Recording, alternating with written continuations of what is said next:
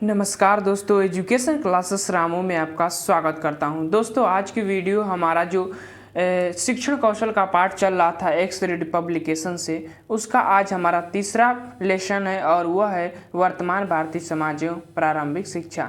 इससे पहले हमने 2 लेसन कर चुके हैं और 2 लेसन के जो महत्वपूर्ण प्रश्न दिए गए थे वो भी हो चुका है। तो अगर आप उन वीडियो को नहीं देखे होंगे तो प्लेइंग लिस्ट बनी हुई है एक्स रीड पब्लिकेशन से, तो जाकर वहाँ से उन वीडियो को देख सकते हैं।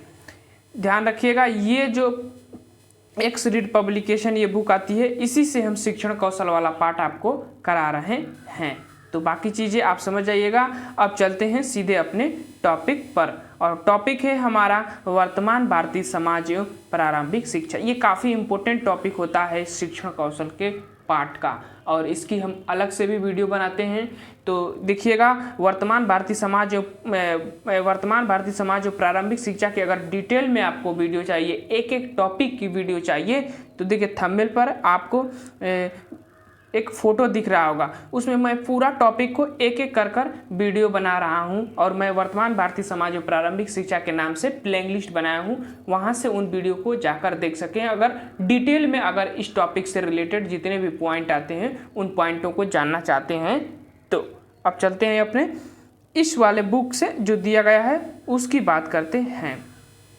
तो चलिए दोस्त, अब यहाँ पर हम आ जाते हैं, सीधे शुरू हो जाता है हमारा पहला पॉइंट कि शरीर, मस्तिष्क और आत्मा, इन तीनों का उचित और सामंजस्य मिश्रण पूर्ण मनुष्य के निर्माण के लिए आवश्यक है और शिक्षा की सच्ची व्यवस्था का आधार है। ये किसने कहा था? महात्मा गांधी ने कहा था। तो स्टेटमेंट को ध्यान रखिएगा। अगला स्टेटमेंट है, शिक्षा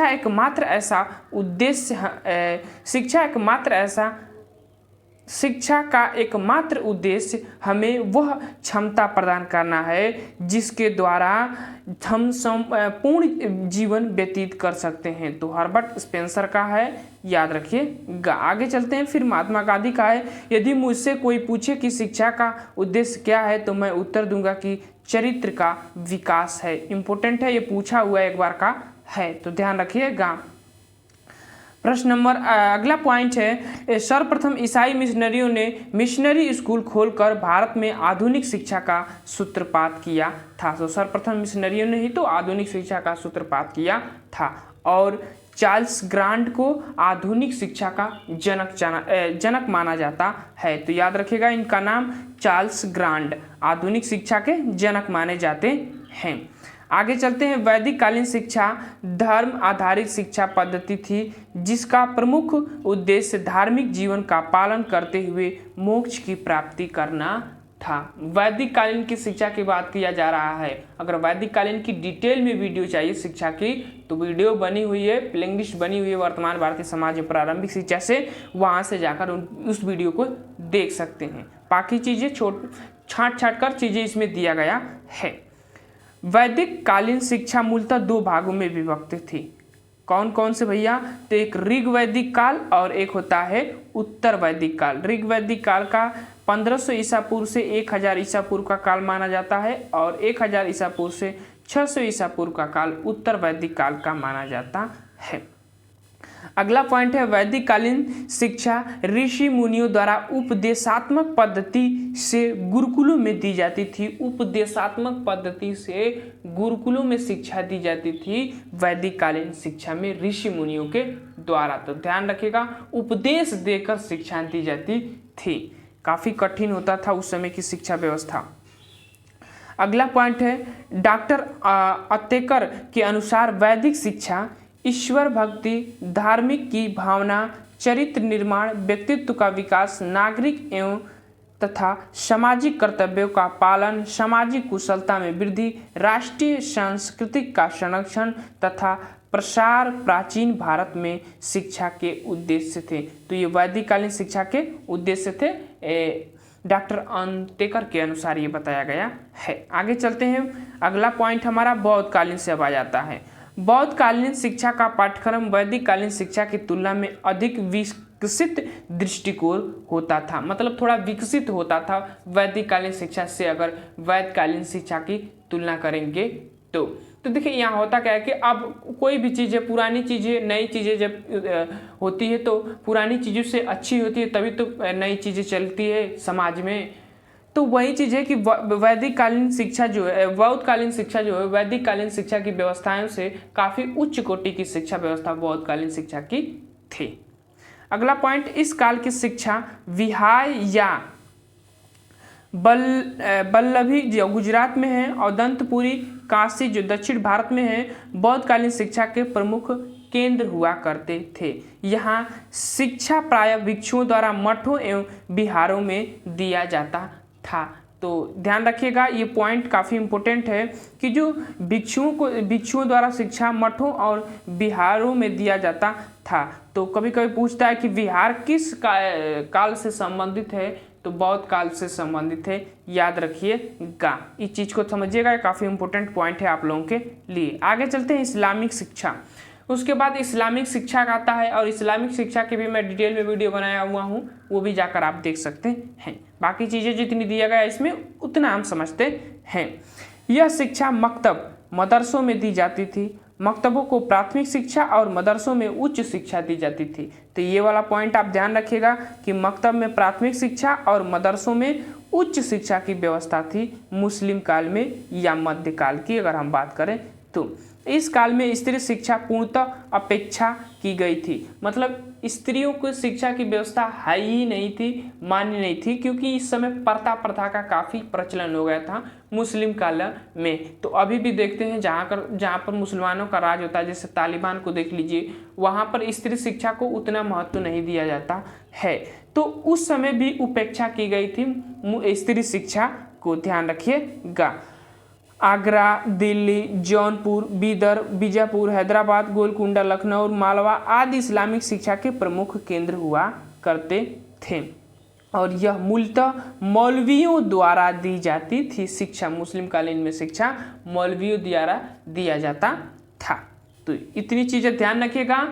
अब चलते हैं आगे है मैकाले का विवरण पत्र। देखिए मैकाले जो है 1835 में इनका फेमस समय है, और इन्होंने जब भारत में शिक्षा व्यवस्था की सुधार करने के लिए ब्रिटेन से आए हुए थे, तो इनको क्या किया गया था कि मैकाले को लोक शिक्षा समिति का अध्यक्ष बना दिया गया था, और इन्होंने पूरी भारत की जो स्थिति थी, व्यवस्थाएं थी, उसका अध्ययन किया। उसके बाद अपना एक सिद्धांत दिया जिसे निस्यंदन या छनाई का सिद्धांत कहा जाता है, जिसके अनुसार उच्च वर्ग की शिक्षा दी जाती है और वह छन छन कर निम्न वर्ग तक पहुंच जाती है। निस्यंदन का सिद्धांत ये कहता है। बाकी चीज़ें इन्होंने भारतीय शिक्षा की व्यवस्था में एक व्यंग बातें भी कही थी कि भारतीय शिक्षा व्यवस्था पर व्यंग करते हुए इन्होंने कहा कि यूरोप के एक अच्छे पुस्तकालय की एक अलमारी भारत तथा अरब के समस्त साहित्य के अधिक मूल्यवान है। भारतीय साहित्य की अवहेलना इस स्टेटमेंट से उन्होंने की, और इनकी काफ़ी आलोचना हुई थी। उसके बाद इन्होंने इनके अनुसार एक चीज़ यहाँ से एक प्रश्न बनता है कि अंग्रेजी शिक्षा को जो भारत में प्रचलन किसने किया था, तो मैकाले ने ही किया था। तो ध्यान रखिएगा, ये स्टेटमेंट भी आपको महत्वपूर्ण है। बाकी चीज़ें इनकी अवहेलना इसी स्टेटमेंट से किया गया था कि यूरोप के एक पुस्तकालय की अलमारी की पुस्तक ही भारतीय और अरब के समस्त साहित्य से अधिक मूल्यवान है। पूरे साहित्य को भारत का जो था उसका पूरा ही एक अलमारी से ही, अरब यूरोप की अलमारी से ही इन्होंने व्यंग कर दिया था। काफ़ी व्यंग बातें इन्होंने ये कर दी, जिससे इनकी काफ़ी आलोचनाएं देखने को मिलती हैं। आगे चलते हैं वुड डिस्पैच, काफ़ी इंपॉर्टेंट है। वुड डिस्पैच 1854 में आया था, और चार्ल्स वुड इसके अध्यक्ष थे। इन्हीं के नाम पर यह बनाया गया था वुड डिस्पैच। वुड डिस्पैच ने शिक्षा के माध्यम, प्राथमिक शिक्षा एवं विशेषकर महिलाओं की शिक्षा पर जोर देने का कार्य जो है वुड डिस्पैच कहा जाता है, और भारतीय शिक्षा का मैग्ना कार्टा इसे कहा जाता है, वुड डिस्पैच को। तो काफ़ी इंपॉर्टेंट है, ध्यान रखिएगा, 1854 में आया था। बाकी चीज़ें इन सबकी डिटेल में वीडियो में एक एक करके बना रहा हूँ, तो उस वीडियो को आप देख लीजिएगा, आपको पूरा समझ में आ जाएगा। आगे चलते हैं हंटर आयोग 1882 में। इस आयोग की स्थापना लॉर्ड रिपन के शासनकाल में हुई थी।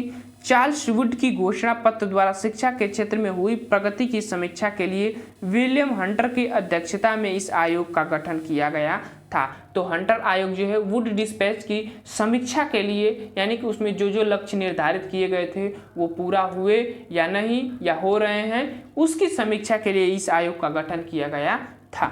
इस 8 सदस्यीय आयोग को प्राथमिक और माध्यमिक शिक्षा तक की ही समीक्षा हेतु सीमित कर दिया गया था, यानी कि प्राथमिक और माध्यमिक शिक्षा की जो शिक्षा व्यवस्था थी उसी की सिर्फ इसको समीक्षा करने के लिए कह दिया गया था हंटर आयोग को। तो इतनी चीजें हंटर आयोग से ध्यान रखिएगा। आगे चलते हैं और अगला पॉइंट है कि वर्धा शिक्षा योजना 1937 में आई थी। ये भी काफ़ी इंपॉर्टेंट है। इसे बुनियादी शिक्षा, वर्धा योजना, नई तालीम या बुनियादी तालीम आदि नामों से जाना जाता है। तो इसके इतने नाम हैं, काफ़ी चर्चा में ये रहता है। महात्मा गांधी द्वारा दिया गया था वर्धा शिक्षा योजना 1937 में, तो इसको ध्यान रखिएगा इसके उपनामों को। 22 या 23 अक्टूबर 1937 को वर्धा में अखिल भारतीय शिक्षा सम्मेलन में महात्मा गांधी ने भारतीयों की शिक्षा को ध्यान में रखते हुए जो योजना प्रस्तुत की उसे वर्धा शिक्षा योजना के नाम से जाना जाता है। तो महाराष्ट्र का एक फेमस स्थान है वर्धा, उसी पर एक अखिल भारतीय शिक्षा सम्मेलन हुआ था और उसी पर भारतीयों की शिक्षा व्यवस्था के ध्यान में रखते हुए महात्मा गांधी ने एक योजना लाई थी, उसी को वर्धा शिक्षा योजना के नाम से जाना जाता है। आगे चलते हैं। इस योजना के अंतर्गत मातृभाषा में कौशल का शिक्षा प्रदान की जाने की बात कही है। तो गांधी जी तो हमेशा से ही मातृभाषा की शिक्षा ही बात करते थे, बच्चों को मातृभाषा में ही शिक्षा दिया जाएगा। तो इसमें भी उसी की बात किए थे। आगे चलते हैं अब सार्जेंट रिपोर्ट 1944। इसके अंतर्गत नर्सरी 3 से 6 वर्ष तक के, प्राथमिक 6 से 14 वर्ष तक के शिक्षा के संबंधित जो भी व्यवस्थाएं थी उसकी सिफारिश करने के लिए ये आयोग जो है सार्जेंट रिपोर्ट 1944 जाना जाता है। बस इससे इतना ही इम्पोर्टेंट पॉइंट है। आगे चलते हैं और अगला मोस्ट इम्पोर्टेंट पॉइंट है राधा कृष्णन आयोग। यह 1948 में आया था। यह विश्वविद्यालय आयोग नाम से जाना जाता है। तो याद रखिएगा ये विश्वविद्यालय आयोग के नाम से जाना जाता है। और एक चीज़ यहाँ से ये भी पूछा जाता है कि जब भारत आज़ाद हुआ तो उससे बाद, आज़ादी के बाद पहला कौन सा आयोग की स्थापना हुई थी, तो इसी आयोग राधा कृष्णन आयोग की ही स्थापना हुआ था। विश्वविद्यालय शिक्षा के संबंधित जो सुधार की व्यवस्थाएं थी उसी के लिए इसकी स्थापना किया गया था राधा कृष्णन आयोग का। यह गठन उच्च शिक्षा सुधार के संदर्भ में किया गया था। डॉक्टर सर्वपल्ली राधाकृष्णन इस आयोग के अध्यक्ष थे, ध्यान रखिएगा। इसी आयोग ने स्नातक पाठ्यक्रम की अवधि 3 वर्ष कर दी थी। जो बीए होता है ना, उसकी 3 वर्ष की अवधि जो है इसी आयोग के द्वारा किया गया था। तो अच्छा पॉइंट है, ध्यान रखिएगा, इंपॉर्टेंट पॉइंट है, प्रश्न बन सकते हैं। बाकी चीज़ें हम डिटेल में इन सभी आयोगों की एक एक वीडियो बना रहा हूँ, आप उनको जरूर देखिएगा जैसे जैसे समय बीतेगा।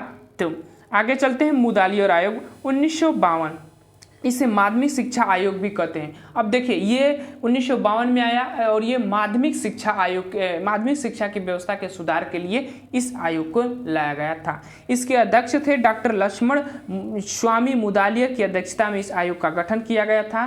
तो याद रखिएगा जिन व्यक्ति जो इसके अध्यक्ष हुआ करते थे उसी के नाम पर उस आयोग का गठन किया गया जाता था पुराने समय में। तो सभी वैसे ही थे, ये भी वैसे ही है।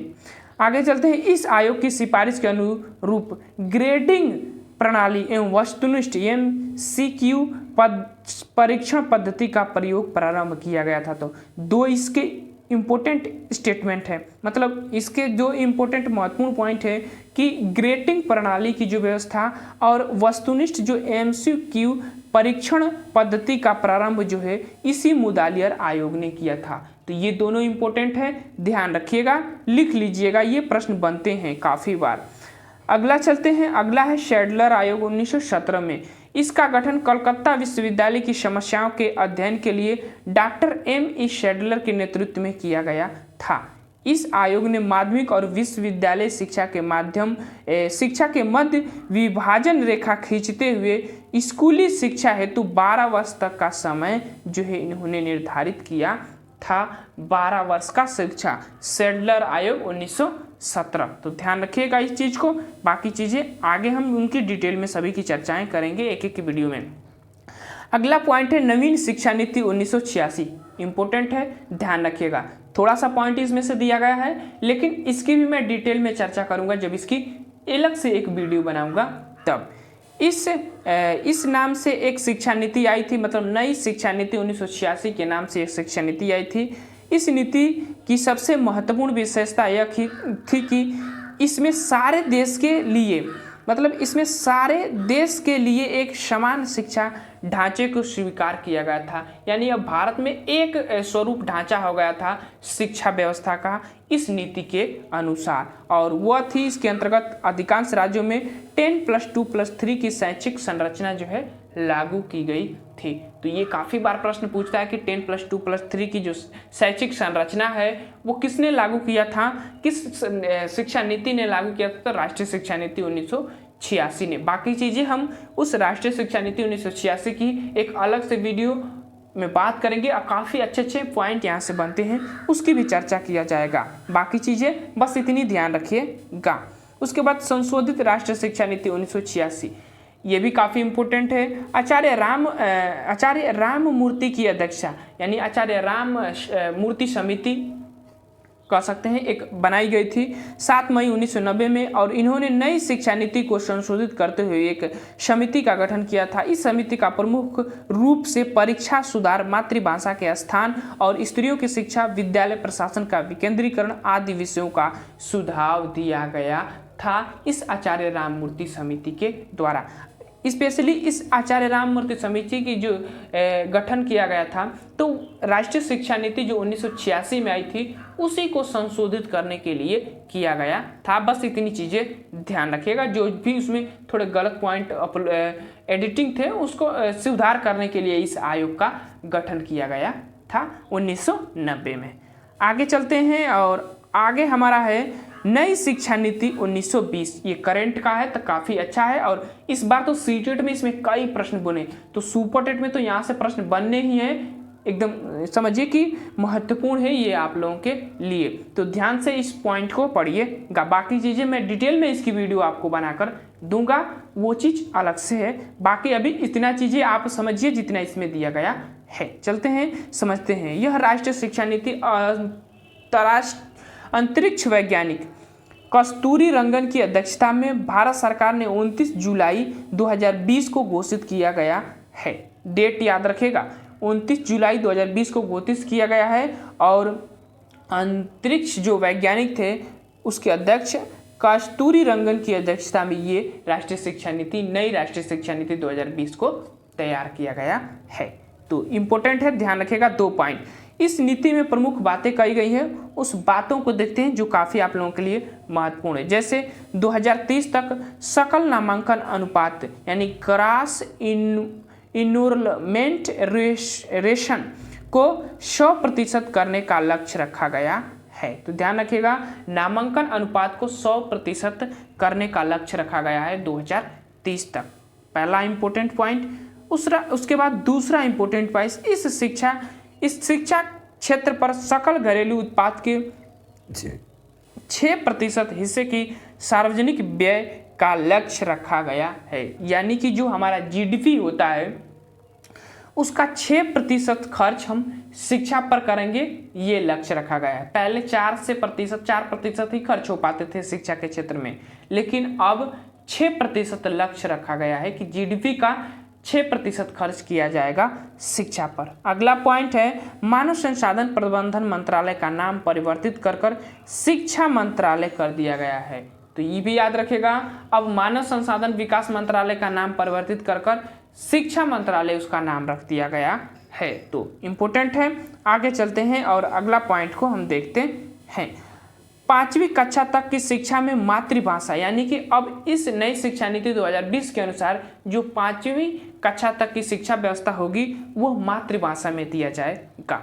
उसके बाद स्थानीय तथा क्षेत्रीय भाषा को शिक्षा के माध्यम के रूप में अपनाने पर बल दिया गया है, और साथ ही साथ मातृभाषा को कक्षा 8 तक आगे भी शिक्षा के लिए प्राथमिकता देने का सुझाव दिया गया है। तो 5 तक तो मातृभाषा में दिया जाएगा शिक्षा, लेकिन मातृभाषा की व्यवस्था 8 तक भी की गई है कि 8 तक भी किया जाएगा मातृभाषा की शिक्षा। बाकी और भी चीज़ें और भी भाषाएं अपलोड हो जाएगी, जैसे मतलब जुड़ जाएगी, अंग्रेजी, संस्कृत, जो भी भाषाएं होगी वो 5वीं के बाद जुड़ जाएगी। ये चीज़ को ध्यान रखिएगा।